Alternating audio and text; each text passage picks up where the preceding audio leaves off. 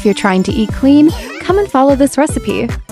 Dice up the red pepper, put it in a bowl for later use, then chop up some radish. Add 2 eggs.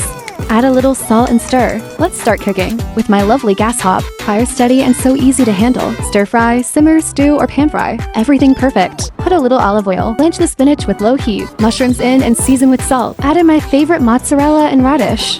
Pour the eggs in gently and add in the red pepper. Top with spinach and mushrooms. Lastly, put on the cheese slice. Let it melt. The recipe is easy. Save this recipe video now.